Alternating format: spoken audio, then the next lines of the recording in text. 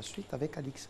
Ben oui, la suite, ce sera bien sûr en compagnie du docteur Joe Zabi, il est psychothérapeute du couple. Il nous parlera aujourd'hui de la gestion de l'argent au sein du ménage, à qui incombe, on va dire, les proportions, le partage et tout. On saura qui doit faire quoi et comment cela doit se faire. Élément explicatif.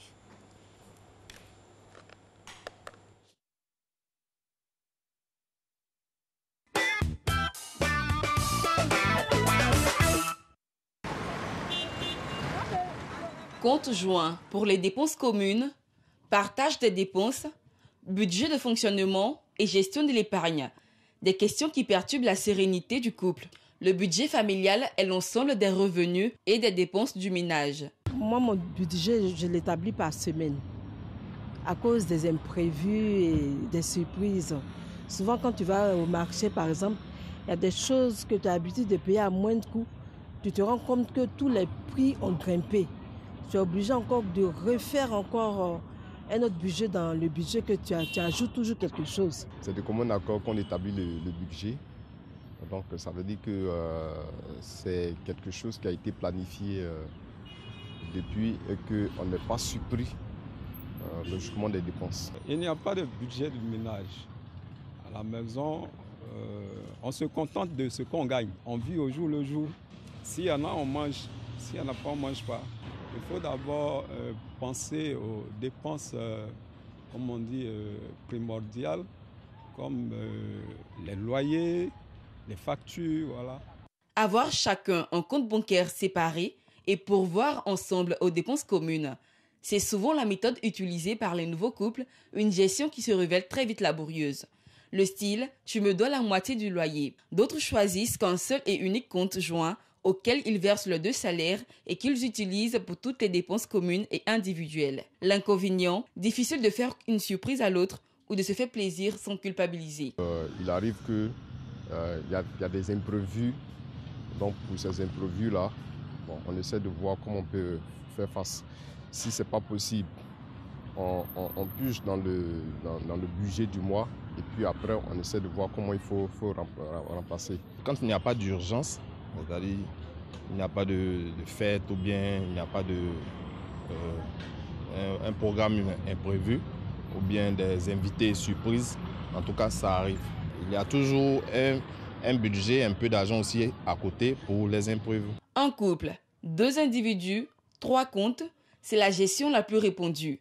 Elle consiste à garder chacun un compte séparé et à posséder un compte joint pour les dépenses communes. Ce compte joint sert à payer les dépenses du foyer, loyer, internet, assurance, alimentation, mais peut aussi financer les loisirs pour tout achat extra, vêtements, cadeaux, soins. Chacun gère avec son compte personnel. 50-50 au prorata, il n'y a pas de recette miracle. Mais pour éviter les conflits liés aux questions d'argent, il est nécessaire d'en parler avant toute union et bien sûr, garder en esprit que si les bons comptes font les bons amis, ils préservent aussi des tensions dans un couple. Excellent élément récapitulatif de ce thème qui vraiment campe bien le thème. On a parlé de pourcentage, on a parlé de tout. Notre spécialiste est sur le plateau.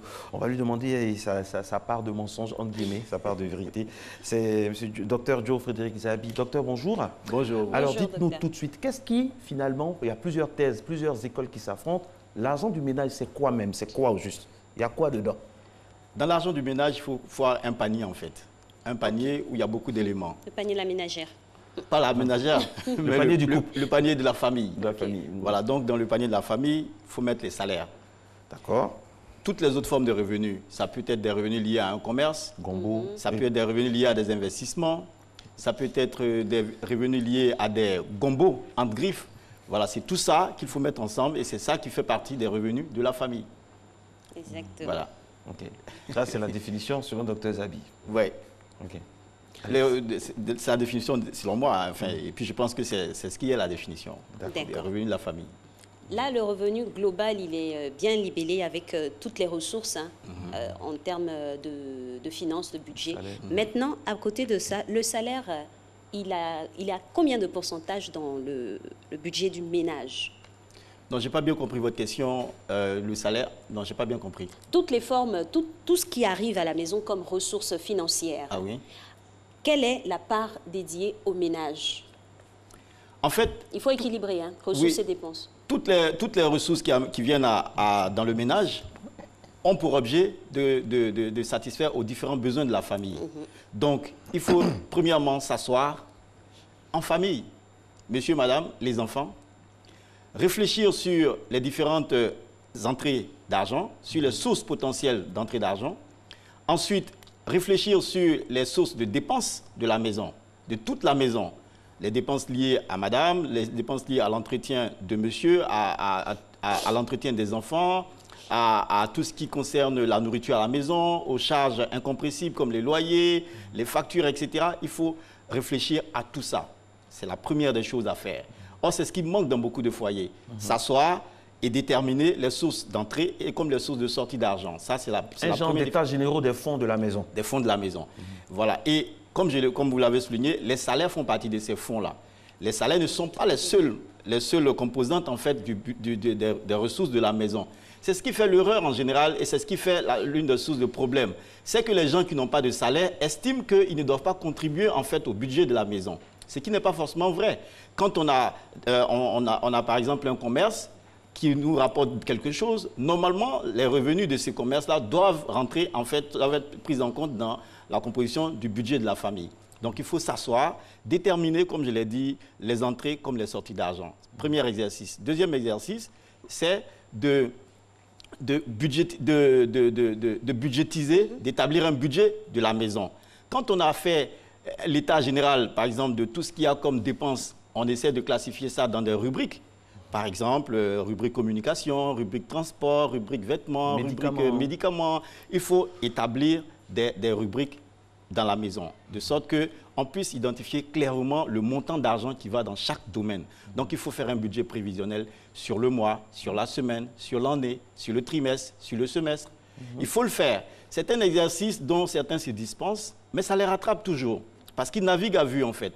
Ils sont là, ils font les dépenses au pif, et puis après, on se demande, mais j'ai eu une entrée d'argent d'1 million, mais je ne sais plus, les sorciers sont passés par là, ma main est trouée, oh, je ne sais pas dans quoi j'ai dépensé. Alors qu'en réalité, c'est parce qu'ils ont manqué de faire l'exercice essentiel, qui est de budgétiser, en fait, d'établir un budget prévisionnel de leurs dépenses à la maison. Docteur, vous touchez là du doigt, et le thème même aujourd'hui touche du doigt un tabou.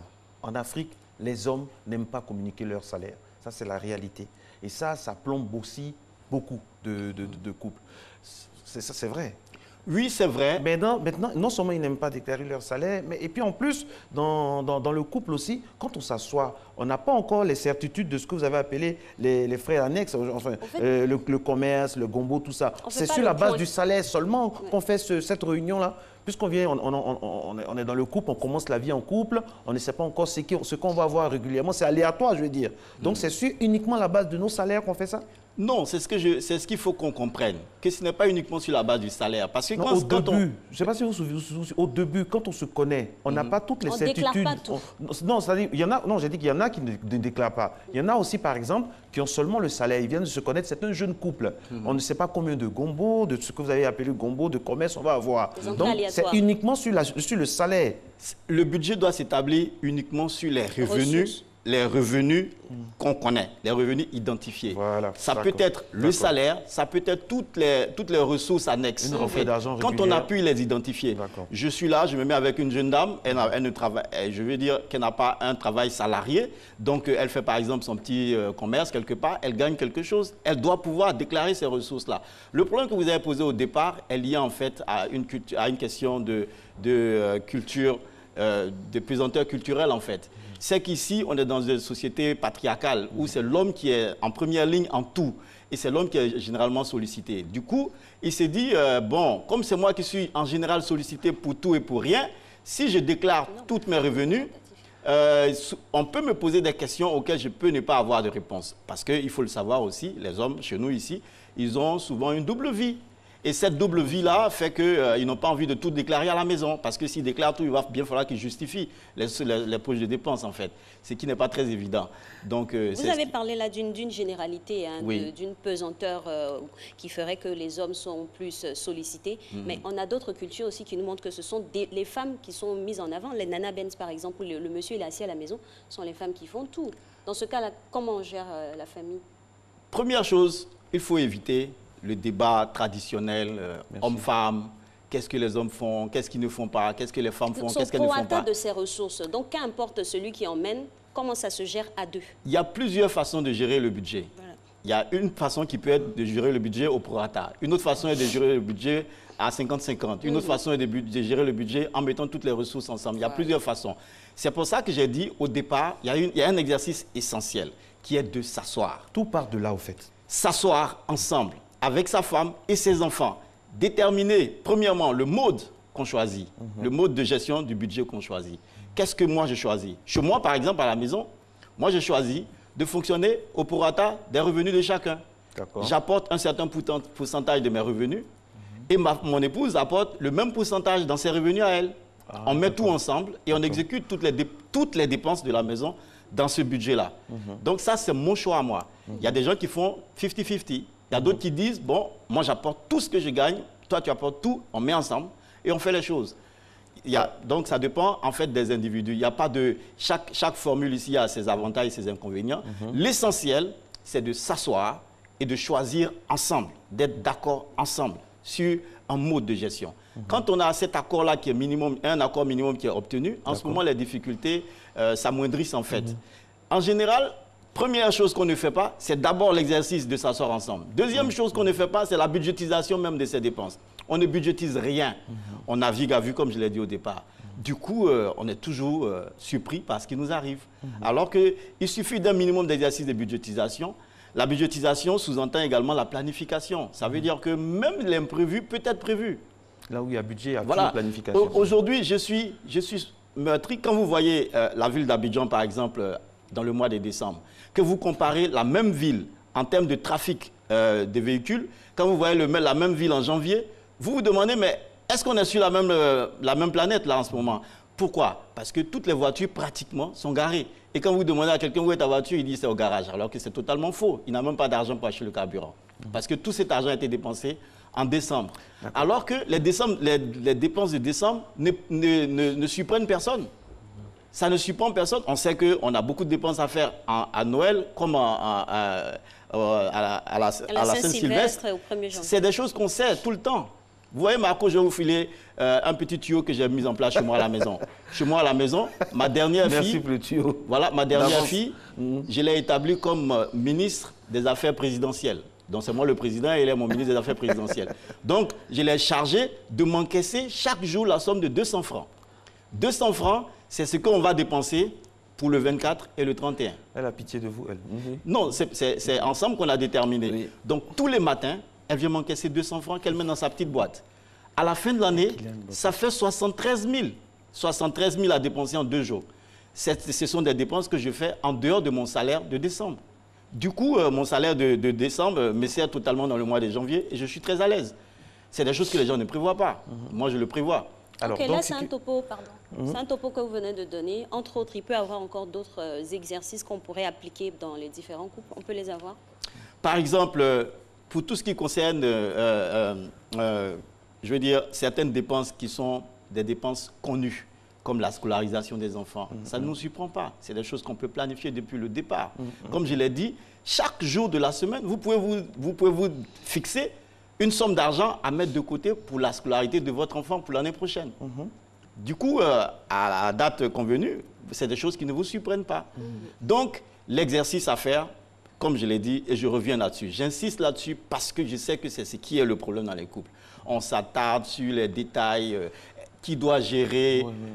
Ce n'est pas essentiel, celui qui doit gérer. Celui qui doit gérer, en fait, c'est celui qui a le plus de potentiel pour bien gérer dans l'intérêt de la famille. Ce qui est primordial, c'est qu'on ne soit pas dans le manque pendant la période où on est en train de vivre. Ce que je comprends dans tout votre développement, je vous ai attentivement écouté, j'espère, c'est que le plus important, c'est de s'asseoir et de budgétiser. Absolument. Et c'est là où le bas blesse parce que comme le salaire de l'homme qui est notamment un mystère, il y a des gens, par exemple, qui trouvent que c'est rabaissant de s'asseoir. Déjà, ce genre de discussion, il y en a qui sont pas... C'est un véritable débat. Et je vous vois souvent sur les réseaux sociaux attirer l'attention des gens là-dessus. Vous voyez, donc ça veut dire que de s'asseoir déjà et budgétiser, c'est bien. Le rôle des enfants dans ça, quand ils sont là à la réunion de budgétisation, de planification, c'est pourquoi, au fait? Les enfants jouent un rôle essentiel D'accord. parce que les enfants font partie de la famille. Et il y a beaucoup de dépenses qu'on fait qui concernent les enfants. Je vous prends un exemple. À la maison, vous pouvez acheter une boîte de lait pour une semaine à la maison. Vous déposez la boîte de lait et les enfants, au bout de 3 jours, ils gaspillent.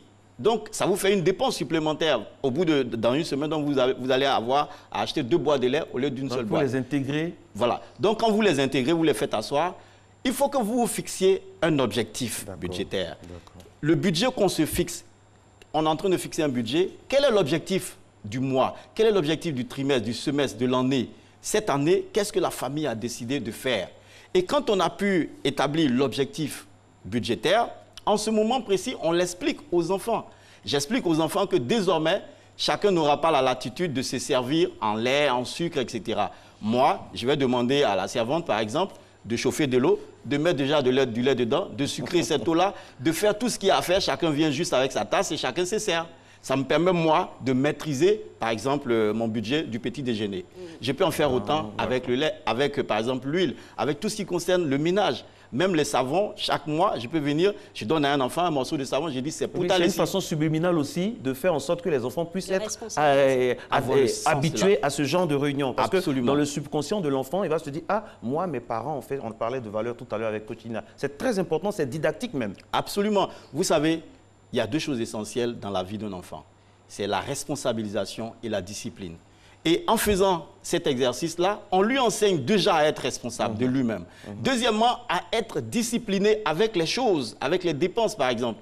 Parce que ce qui nous manque, nous, en tant qu'adultes, très souvent, et puis on a des problèmes, ce n'est pas qu'on n'a pas de ressources. Il y a des gens qui ont des ressources, mais incroyables. Mais c'est la gestion. Et cette gestion-là est liée à une indiscipline budgétaire, à une indiscipline totale. On planifie on se dit, bon, OK, il y a cette telle dépense-là que je ne vais pas faire. Et puis on se surprend à la faire. On est assis dans son bureau et puis il y a un ami qui dit, bon, je t'invite à un after work, alors que moi, je n'ai pas prévu et on le suit. Ça, c'est de l'indiscipline. Et quand on est dans ce genre d'exercice-là, on est tout le temps fauché entre griffes. Or, il faut éviter ça parce que ça crée des problèmes de santé. Ça crée des problèmes à la maison, ça crée des problèmes sociaux partout dans l'environnement où on est. Et pour éviter tout ça... Ça déséquilibre le couple. Absolument. Absolument. Ça déséquilibre non seulement le couple, mais la famille entière. Parce que la famille nucléaire et la famille élargie au niveau de l'Afrique ici, il n'y a pas que moi et ma femme et mes enfants ici. Ici, il y a moi, il y a ma femme, il y a mes enfants, mais en même temps, il y a mes cousins, il y a mes cousines, il y a mes frères, mes tantes, etc. Justement, ces personnes-là sollicitent de manière inopinée aussi des aides et tout. Mais oui, comment gérer ça? Parce qu'on n'a pas... C'est vrai qu'il y a un petit budget imprévu, mais ce n'est pas peut-être à la proportion de ce qu'on nous demande. Comment on fait? Non, dans l'enveloppe imprévue, il ne faut pas mettre tout. Il y a des choses qu'il faut bien budgétiser. Je sais, par exemple, que... Il faut budgétiser même l'imprévu. L'oncle est malade, opération, 1 million, on n'a que 500 000 dans l'enveloppe. Je sais que ma famille élargie dépend de moi. Donc, j'essaie de réfléchir. L'année dernière, qu'est-ce que j'ai pu dépenser en termes de soutien aux uns aux autres? Je sais que globalement, j'ai dépensé 100 000, 200 000, 1 million, 2 millions, 3 millions. Donc, j'ai une idée. Cette année, je rapporte ce budget-là. Et je réfléchis à ça. Donc, je sais que, comme ils dépendent de moi, je ne vais pas mettre cet aspect-là dans les imprévus. Ce n'est pas un imprévu, c'est quelque chose que je sais que je vais faire. Donc, il y a une enveloppe spéciale pour le soutien à ma famille. Donc, j'ai cette enveloppe-là. L'imprévu, c'est par exemple que je suis assis chez moi et Marco m'appelle, il vient me rendre visite, par exemple. Et comme c'est un hôte de marque, je vais ouvrir une bouteille de champagne que je n'avais pas prévue, par exemple. Et donc là, ça me coûte quelque chose. Ça, c'est des imprévus. Mais quand je sais que ça, c'est arrivé, je me débrouille pour équilibrer mon budget. Je vais vous donner un exemple. J'ai prévu, par exemple, qu'en allant au travail aujourd'hui, je vais dépenser 1 000 francs dans ma nourriture de midi. Et puis, à 11 h, j'ai la visite d'un de mes cousins au bureau. Et comme je veux manger, il me dit il a faim, donc on va manger ensemble. Je n'avais pas prévu dépenser 1 000 francs pour lui. Donc, ça me fait 2 000 francs de dépenser par rapport à mon argent de poche. Du coup, je sais que j'ai un excédent de 1 000 francs. Demain, je vais vous assurer je fais un jeûne, par exemple, je me prive de nourriture, je me trouve des activités à faire entre midi et 2, et je ne sors pas de mon bureau, ça ne va pas me tuer, c'est juste midi et 2, juste pour rattraper les 1000 francs que j'ai eu à dépenser hier, pour que dans la semaine, mon budget soit équilibré. Mais nous, on ne fait pas ces choses-là. On va, on dépense, on dépense, Pourquoi on dépense. On ne pas expliquer aussi aux cousins que vraiment c'était pas prévu. Voilà. Vous savez, en Afrique, je vais vous dire, et bon, je sais que non, parce partout que dans c'est le monde entier qui nous regarde. Hein. Oui. On sait que d'autres cieux, on invite, non, t'es pas prévu, donc voilà. Comment non, on fait? quand vous le dites, on vous traite de méchants. Mais ce n'est pas pour autant qu'il faut vivre par rapport à eux, qu'il faut déterminer les choses par rapport à eux. Mais je me dis que ici, il ne faut pas éduquer les gens par la parole. Il faut les éduquer par les actions. Mon cousin vient me rendre visite à midi. Il me dit qu'il a faim. J'improvise une réunion avec mes collègues et je le laisse assis là. Je vais faire ma réunion. Je reviens à 14h à la reprise. Il n'a pas mangé. Quand il va partir, quand cela va arriver 2-3 fois, il ne va pas venir me rendre visite. Il faut les éduquer. Il faut éduquer les gens. Sinon, on va mourir. On va mourir de galère, Marco. Exactement. On va mourir de galère alors qu'il ne faut pas qu'on meure de galère. Il faut qu'on... Vous savez... Qu'est-ce que vous faites de l'aide, de la chaleur africaine? C'est sporadique, c'est pas tout le temps comme ça, c'est sporadique. Marco, je vais vous dire une chose. Ma mère me disait, mon fils, pour que quelqu'un puisse... en France ici où les gens sont dans l'individualisme. Non, ce n'est pas l'individualisme, mais il y a une réalité, il y a une réalité qu'il ne faut pas occulter.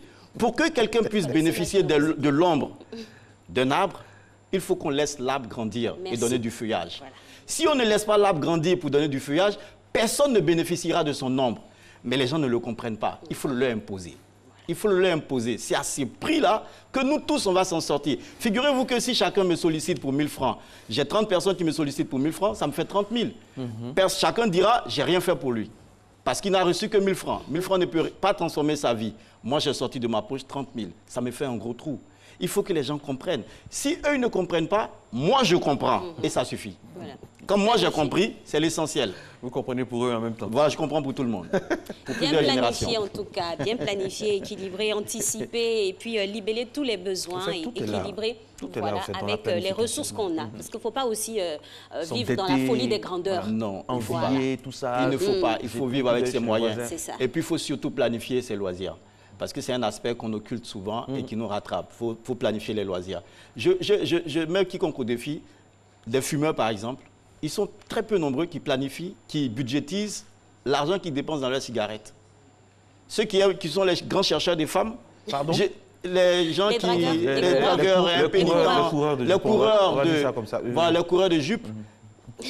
Ces coureurs-là, je suis très peu convaincu qu'ils budgétisent. Heureusement que dans ce studio, il n'y en a pas 8. Oui, heureusement. Vous êtes testé pour tout le monde. Donc, comme on est dans le général, voilà, c'est très peu probable que les gens budgétisent en fait ces sommes d'argent qu'ils engloutissent dans ces choses-là. Alors que c'est de l'argent qui sort de leur poche, de leur salaire, de leurs ressources. C'est de l'argent. Mais ils ne planifient pas, ils ne budgétisent pas. Du coup, ils sont surpris. Il y a des gens qui sont payés à 600 000, mais ils ont des vies misérables. Alors qu'il y en a qui ont un budget plus bas et qui vivent bien. Et on met tout ça sur le compte des sorciers. Mais s'il y avait un syndicat des sorciers, oh là là là là là. Oh là là. Il y aurait beaucoup de revendications là-bas, ça c'est sûr. Alors, je rappelle, mesdames et messieurs, que le thème aujourd'hui, c'est comment gérer l'argent du ménage et non comment gérer le syndicat des sorciers. On va récapituler rapidement avec vous pour terminer. Planification. Planification, budgétisation. Budgétisation, il faut donner des objectifs au budget. Il faut exécuter le budget. Et qui est le ministre du budget qui gère au fait que le budget soit respecté? Ça, c'est ma femme. Parce que je connais mon rapport avec l'argent. Il faut se connaître dans le couple. Il faut connaître ses limites. Comme moi, je connais mes limites, je connais mes rapports avec l'argent. Donc moi, ma femme est mon ministre du budget. C'est elle qui veille au strict respect de notre ligne budgétaire. Donc, elle veille à ça. Finances. Voilà, moi je suis le ministre chargé de la recherche des fonds. Moi, dans mon foyer, je suis le ministre de la culture et du glissement gombotique. Voilà. C'est cela, c'est dit. Et puis, tout ça, quand j'accumule tout, je donne à cette dame-là. Oui, qui va faire la conclusion. Et puis, c'est elle qui me donne maintenant l'argent que je dois faire. En tout cas, merci beaucoup. On va tout faire pour qu'il y ait une bonne gouvernance au sein de nos familles. Merci de nous avoir suivis. Gouvernance financière. Ben oui, et planifiez bien vos vies, planifiez votre journée et au cœur, RTI toujours. Ciao, à demain. ciao.